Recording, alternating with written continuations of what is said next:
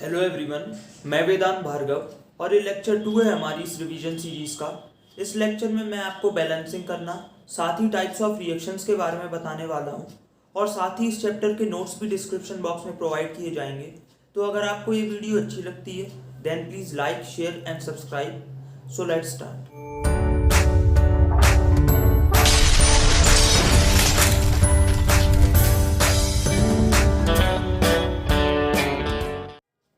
Once again hello everyone. हमारा पहला topic है how to balance the equation. Equation को बैलेंस कैसे किया जाए। तो किसी भी इक्वेशन को बैलेंस करने के लिए हमें एक कंडीशन पता होनी चाहिए कि रिएक्टेंट साइड प्रोडक्ट साइड के हमेशा बराबर हो। बैलेंसिंग केमिकल इक्वेशन और balancing any reaction involves that reactant side is always equal to the product side. Reactant side जो भी है वो हमेशा प्रोडक्ट साइड के बराबर हो, यही बैलेंसिंग में बताया जाता है। फॉर एग्जांपल एक रिएक्शन लेते हैं, जैसे मैंने एक रिएक्शन ली, nitrogen when react with hydrogen it form ammonia. अब इस इक्वेशन को आपको बैलेंस करनी है तो आपको क्या करना है, सबसे पहले तो समझना होगा कि रिएक्टेंट साइड होती क्या है। तो रिएक्टेंट साइड होती है इस एरो के ये वाला पोर्शन जहां पर आखिर प्रोडक्ट्स मिल रहे हैं, और फिर जो प्रोडक्ट बन रहा है एरो के ये वाला साइड, राइट हैंड साइड, ये कहलाता है प्रोडक्ट साइड। तो आपको बेसिकली रिएक्टेंट साइड को प्रोडक्ट साइड के इक्वल बताना होता है, मतलब जितने भी एटम्स रिएक्टेंट साइड में हैं वो प्रोडक्ट साइड के इक्वल हो। फॉर एग्जांपल इधर नाइट्रोजन रिएक्टेंट साइड में 2 हैं तो आपको इधर भी प्रोडक्ट साइड में 2 ही करने हैं, लेकिन अपने पास एक कंडीशन है कि अपन उसको 2 इधर नहीं कर सकते, अपन को उसको आगे लगा के करना होगा। तो अपन को सबसे पहले नाइट्रोजन को बैलेंस से स्टार्ट करते हैं।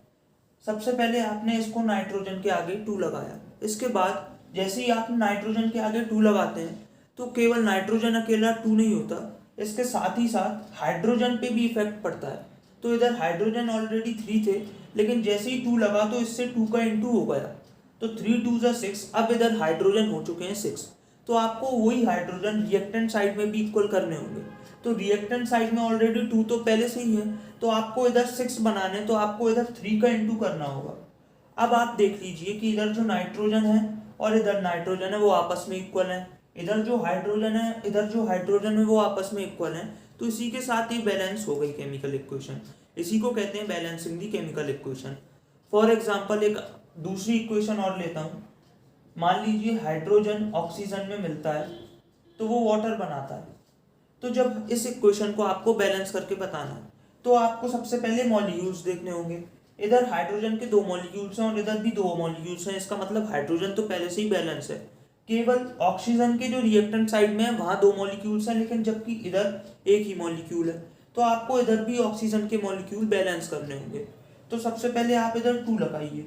इसके बाद आप देखो ऑक्सीजन तो बैलेंस हो गया, लेकिन हाइड्रोजन पर इफेक्ट पड़ चुका है। हाइड्रोजन इधर 2 2 जा 4, इसका मतलब 4 हाइड्रोजन इधर हो चुके हैं, तो आपको वही हाइड्रोजन रिएक्टेंट साइड में भी बैलेंस करने होंगे। तो रिएक्टेंट साइड में ऑलरेडी 2 तो हाइड्रोजन दे ही रखे, तो आपको इसको 4 बनाना है। तो क्या करें, आप इसका 2 से इंटू कर दें। तो अब देखिए हाइड्रोजन के मॉलिक्यूल्स भी बैलेंस हो गए और ऑक्सीजन के मॉलिक्यूल्स भी बैलेंस हो गए। यही है बैलेंसिंग द केमिकल इक्वेशन। तो इसकी अगर डेफिनेशन भी पूछी जाती है, जैसे एक्सरसाइज में एक क्वेश्चन है उसमें पूछा गया है कि what is balanced chemical equation. तो balanced chemical equation are those reaction in which the reactant side molecules are always equal to the product side. जिसमें क्या होता है कि जो रिएक्टेंट साइड में जितने भी एटम्स हैं, मॉलिक्यूल्स हैं, वो हमेशा प्रोडक्ट साइड के इक्वल हों, वही इक्वेशन बैलेंस इक्वेशन कहलाती है। Now the next topic is types of reaction. So there are major 5 types. कोई भी केमिकल रिएक्शन के 5 बेसिक टाइप्स होते हैं। First is combination reaction. Combination reaction में एक सब्सटेंस दूसरे में मिलता है और एक सिंगल सब्सटेंस बना लेता है, तो इस टाइप की रिएक्शन कहलाती है combination reaction. For example if I take H2 molecule and when it is mixed with oxygen it form water. So 2 or more than 2 substance when mixed together it form only single substance, then this type of reaction is known as combination reaction. Now the another reaction is decomposition reaction. तो decomposition reaction के अंदर इसका opposite होता है combination reaction में जब एक substance दूसरे में मिलकर एक सिंगल सब्सटेंस बना रहा था, लेकिन डीकम्पोजिशन रिएक्शन में इसका अपोजिट होगा। इसमें एक सिंगल सब्सटेंस स्प्लिट और ब्रेक होगा टू और मोर देन टू सब्सटेंसेस में। तो इसकी भी अगर डेफिनेशन मैं बताऊं तो इसकी डेफिनेशन और उसकी डेफिनेशन में केवल अपोजिट का ही फर्क है। इसकी डेफिनेशन अगर लिखी जाए तो when one substance mixed with another substance to form a single substance then this reaction is known as combination reaction. और अगर मैं बात करूं डीकम्पोजिशन रिएक्शन की तो इसमें a compound split or break into two or more than two substance then this type of reaction is known as decomposition reaction। तो decomposition reaction में basically एक compound split या फिर break हो जाता है two or more than two substances में, then this type of reaction is known as combination reaction। देखिए split और break होने के लिए कोई ना कोई सोर्स की तो ज़रूरत पड़ती ही है। तो there are major three sources, first is heat, second is electric current and third is sunlight। तीन सोर्सेज होते हैं, इसलिए इस केमिकल रिएक्शन को तीन टाइप्स में कैटेगराइज किया गया है। पहला, अगर अपन हीट का यूज कर रहे हैं तो इसका पहला टाइप कहलाता है थर्मल डीकम्पोजिशन, जिसमें हीट के जरिए अपन किसी भी कंपाउंड को स्प्लिट या ब्रेक करते हैं। अनदर इज इलेक्ट्रिक करंट, अगर अपन इलेक्ट्रिक करंट का यूज कर रहे हैं तो रिएक्शन कहलाती है इलेक्ट्रोलाइटिक। अनदर इज सनलाइट, अगर हम सनलाइट का यूज कर रहे हैं तो रिएक्शन कहलाती है photolytic. So these are the three types of decomposition reaction. तो अगली रिएक्शन है हमारी डिस्प्लेसमेंट रिएक्शन। डिस्प्लेसमेंट रिएक्शन, इस रिएक्शन में एक कंपाउंड डिस्प्लेस कर देता है दूसरे कंपाउंड को। फॉर एग्जांपल मैं रिएक्शन लेता हूं जैसे मैं Mg प्लस CuSO4, ये एक सॉल्यूशन है, सॉल्ट सॉल्यूशन जिसे हम कहते हैं, और ये एक मेटल है। तो इसमें एक मेटल दूसरे कंपाउंड को उसकी जगह से डिस्प्लेस कर देता है, इसलिए ये रिएक्शन कहलाती है displacement reaction. For example Mg displace copper from its salt solution, then the compound obtained is MgSO4 and Cu will displace, then this type of reaction is known as displacement reaction। तो इसकी definition अगर मैं लिखूं तो वो कुछ इस तरीके से लिखी जाएगी कि when a more reactive metal displaces a less reactive metal from its salt solution then this type of reaction is known as displacement reaction। आखिर हमें पता कैसे चलेगा कि ये मेटल इस मेटल को डिस्प्लेस कर रहा है? तो उसके लिए हमें रिएक्टिविटी सीरीज जाननी पड़ेगी। रिएक्टिविटी सीरीज हमें ये बताती है कि कौन सा मेटल कितना रिएक्टिव है। सबसे ज़्यादा रिएक्टिव मेटल होता है पोटेशियम, फिर उसके बाद sodium, calcium, magnesium, aluminium, zinc,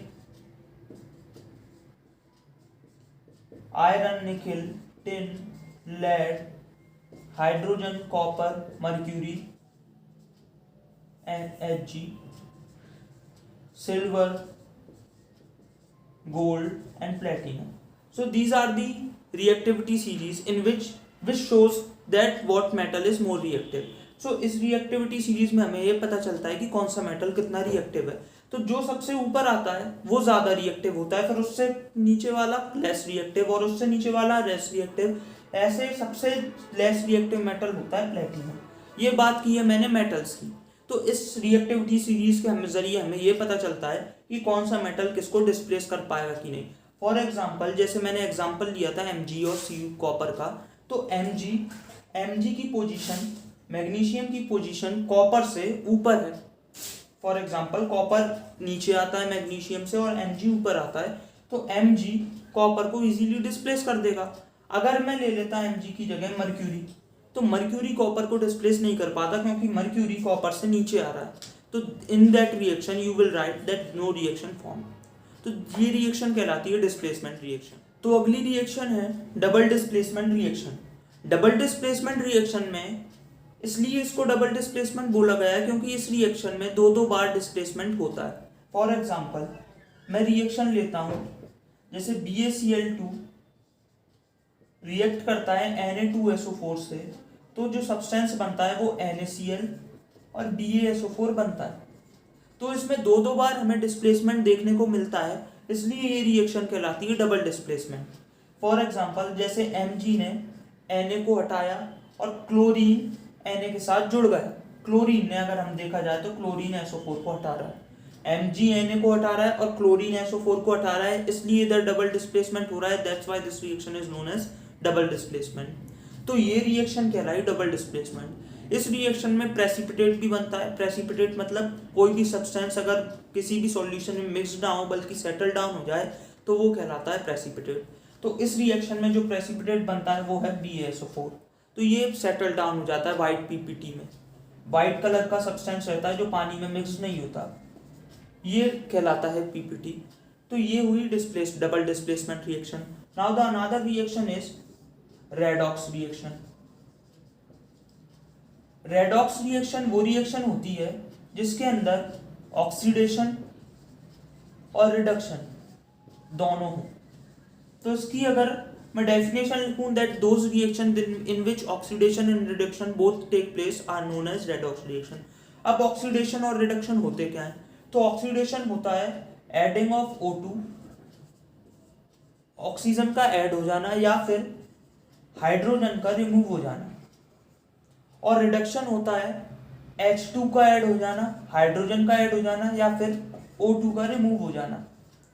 किसी भी रिएक्शन में अगर ऑक्सीजन ऐड हो जाए और या फिर हाइड्रोजन हट जाए तो वो ऑक्सीडेशन होता है उधर, और अगर किसी भी रिएक्शन में हाइड्रोजन ऐड हो जाए या फिर ऑक्सीजन रिमूव हो जाए तो वो रिएक्शन में रिडक्शन होता है। और जहां पर भी ऑक्सीडेशन और रिडक्शन हो जाए वो रिएक्शन कहलाती है रेडॉक्स रिएक्शन।